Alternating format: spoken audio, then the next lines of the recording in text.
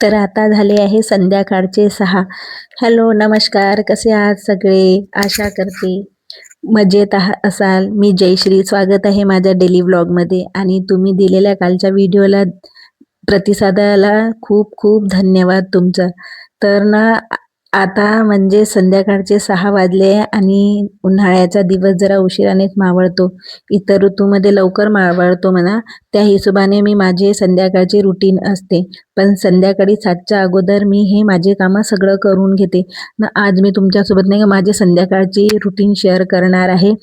तर मी संध्याकाळी आता म्हणजे 7ला दिवस मावळतो, रात्री 7ला अंधार पडतो ना, म्हणून मी संध्याकाळी 6ला सुरुवात करते. जसं म्हणजे आता दिवसभर घरात धूळ वगैरे होते, मुलांच्या सुट्ट्या आहे, उन्हाळा लागला आहे, तर उशिराच कामं वगैरे सुरू होते. तर मी जसं माझे काही नाही, संध्याकाळच्या आतमध्ये मी झाडझूड करते, बेडशीट बदलते आणि सोफ्यावरचे कवर वगैरे बदलते. मुलं घरी असल्याने दिवसभर व्यवस्थित ठेवत नाही, ते धूळ वगैरे होऊन जाते ना, मग ते साफ स्वच्छता वगैरे अशी करून घेते, सगळं घर झाडून घेते नीटनेटकं.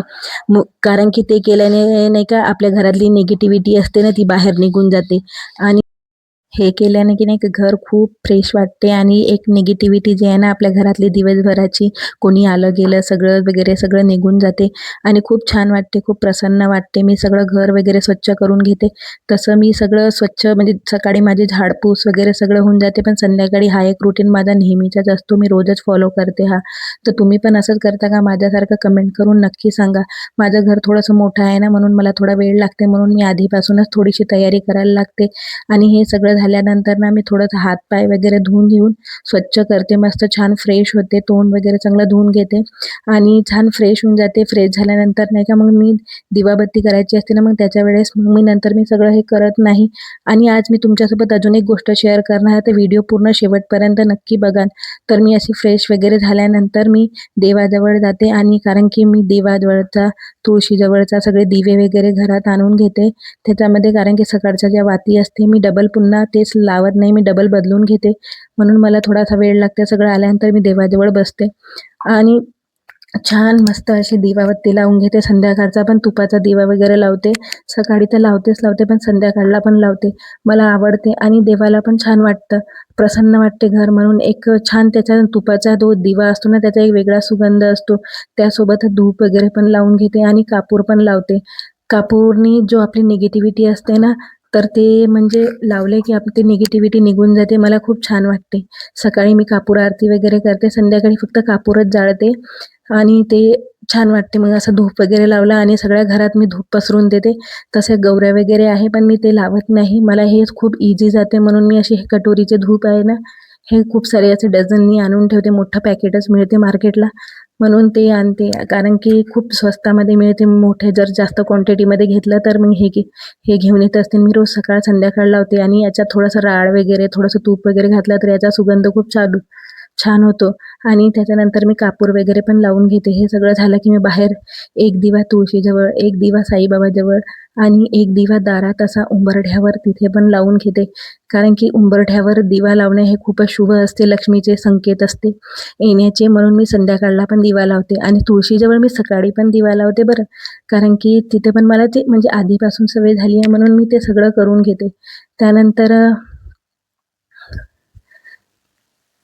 तुळशीजवळ पण म्हणजे असं दिवा लावून घेते आणि सगळं बाहेर ठेवून देते. त्यानंतर मग मी सगळी आणि संध्याकाळी म्हणजे मी एक साईबाबाची माझ्याजवळ साई सच्चरित्र पुस्तक आहे. 365 दिवसानुसार त्यांचं हे सगळं असते, त्याच्यात बोध असते आणि ते त्याचं रोज एक पान वाचते मी. त्याच्यामध्ये नाही का साईबाबाचा म्हणजे खूप छान उल्लेख केलेला आहे. म्हणजे त्यांनी आपला काही जो असा दिवस आपल्याला काही विचारायचं असलं, काही असलं, मी ते पान वाचलं ना, काही संकट असलं तर साईबाबा त्या पानाचं एक दिवसाच्या ह्याच्याहून आपल्या सगळं मनातलं ओळखून घेते आणि त्या बोधामध्येच आपलं प्रश्नाचं उत्तर लपलेलं असतं. आपल्याला काहीतरी सांगत आहे, आपल्याला काही संकेत देत आहे, असं मला वाटते. म्हणून मी हे रोज पुस्तक नेहमी वाचते.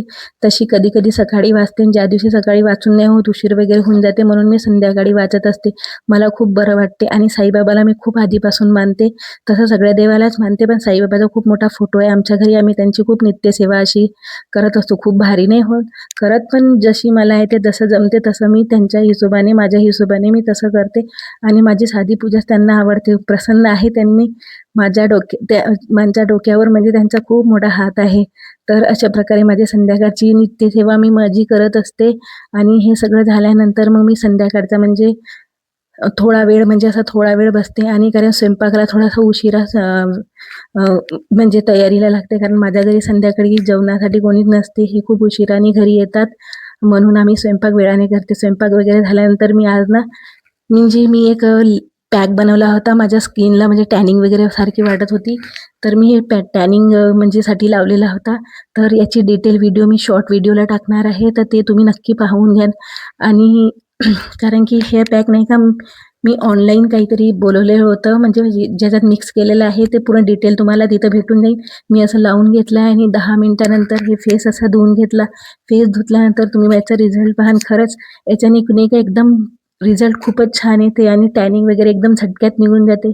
आठवड्यातून तुम्ही हा जर असा पॅक जर केला, असा रुटीन जर फॉलो केला तर खूप छान वाटते, खूप फ्रेश. बघा तुम्हाला दाखवते जाता बघा मी चेहरा वगैरे बघा धुवून आलेली आहे. तर पूर्ण टॅनिंग वगैरे निघून जाते. मी आधी खूप करायची पण आता एवढ्यात माझं होत नाही. तर व्हिडिओ आवडला असेल तर लाईक, शेअर करा आणि हो सबस्क्राईब करायला विसरू नका. चला तर भेटू नेक्स्ट व्हिडिओमध्ये. तोपर्यंत बाय.